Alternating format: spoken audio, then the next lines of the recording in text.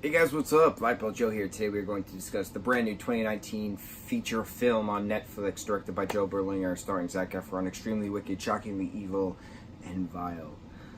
This film is all about Ted Bundy, but it's really more of a love story between Ted and his girlfriend Liz, who had a daughter Molly. Now, we all know of Ted Bundy from Joe's actual documentary, The Ted Bundy Tapes, a Netflix original miniseries. It's a 4-episode miniseries. But Ted Bundy is a very famous serial killer. He used his good looks and his privilege and his smarts and his wit to, take advantage of all of these college girls, basically, and one middle schooler, by just being extremely wicked, shockingly evil, and vile. Ha ha ha.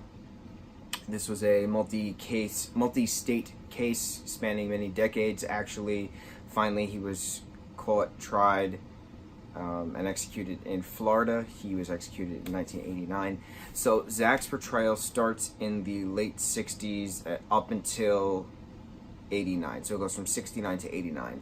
Some, state traveling in between, escaping certain things. But there's no gore in this film. There's just one moment of him attacking one girl, and that's it. It's really the love story between Liz and Ted. It's about the love story between Ted and Carol Ann. Carol Ann coming in after, Liz wanted nothing to do with him after all the truth came out. Liz is the whistleblower, so to speak, back in Seattle, the state of Washington. What was great about this film is Zac's portrayal, because Zac has never done anything like this before. Yes, every other actor did a fantastic job, true. Joe did a great job directing it. Cinematography was great. But Zachary David Alexander Efron, born October 18th, 1987, did a fantastic job with this film. He has never done a character like this before. He did anger, he did sadness, he did joy, he did fear, he did elation, he did depression. He did so many different emotions within this. And when he had the teary-eyed face and the camera panned up and the tears just rolled down, oh my God, you feel it. You feel it in your chest. Zac is such an epic and awesome actor who pushes himself, and this is why he's one of my favorite all-time artists, because he is so multifaceted with his abilities within singing, dancing, acting, training, sports, athleticism in general, just well-rounded personality, philanthropist that he is. He is such an amazingly inspirational individual, and no one can ever say a bad thing about him, and that's why everybody loves Zac. Zac is just an awesome dude who truly knows how to act the hell out of anything. He did a great job. Now, what's funny is I praise Zac all the time. I post all these funny memes about him that I just find and I just repost, or I'll just, make a funny comment or something to that extent about Zac.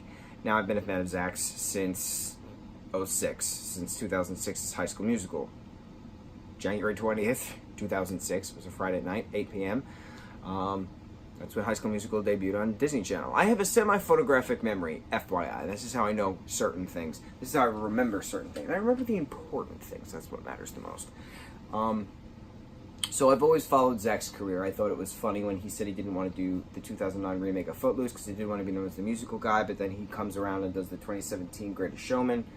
Yes, there's an 8-year difference between the two, but he's badass at it. So he can clearly do the sequel to Greatest Showman, and he can clearly have his Broadway debut in the Broadway adaptation of The Greatest Showman. I will literally die of excitement seeing him on stage, being the lifelong fan that I have been of his, and just cheering him on, because he just deserves the world. He absolutely deserves the world. He is wonderful.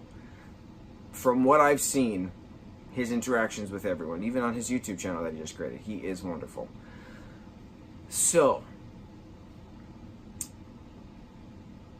the funny thing about this film is that it premiered the beginning of this year at Sundance Film Festival, and everyone wanted to see this film. They released the trailer when it debuted at Sundance, but no big studio bought the film to debut it, right? So no one knew if like Paramount or Universal was going to buy it, or like Lionsgate and Legendary. They were super interested in this because those are like primarily like horror franchises, right? Production companies, and they like wanted this film, but Netflix swooped in and got it because Joe Berlinger made the Ted Bundy tapes. So it makes sense. Keep the Ted Bundy movie from Joe Berlinger with the Ted Bundy tapes from Joe Berlinger, so they keep the doc with the Ted Bundy movie, right? What I love the most about this film, aside from Zac Efron's portrayal and aside from everyone's portrayal, is the fact that they used the actual court case recordings, videos, as the script. So it was so cool. I want to know who did this because Jim Parsons was a main part of this film. He was a producer. Zac Efron was a producer on this film. I want to know whose idea it was to use the literal transcripts as the script. Genius. And it was cool seeing Zac mimic what Ted has done because there's a lot of videos of Ted interacting and within the court cases and stuff because he became his own counsel and stuff like that. So it's cool seeing the costume department come together. It's cool seeing Zac mimic Ted's motions and things to that extent. It's nice seeing the different emotions going back and forth between the eventual schizophrenia diagnoses, which wasn't actually discussed in this film, but good times. So bravo to everyone involved because this movie was wonderful. Horrifying because of how charming Zac's Ted was.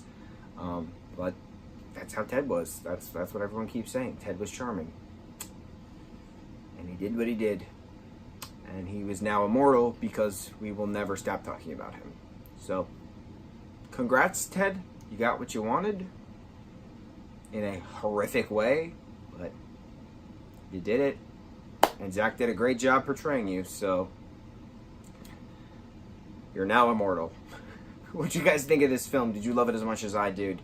Do you think Zac is such an awesome actor portraying Ted Bundy? Because he clearly was. He deserves all the awards next season. All the awards. And that's all I got, guys. Mucho mahalo.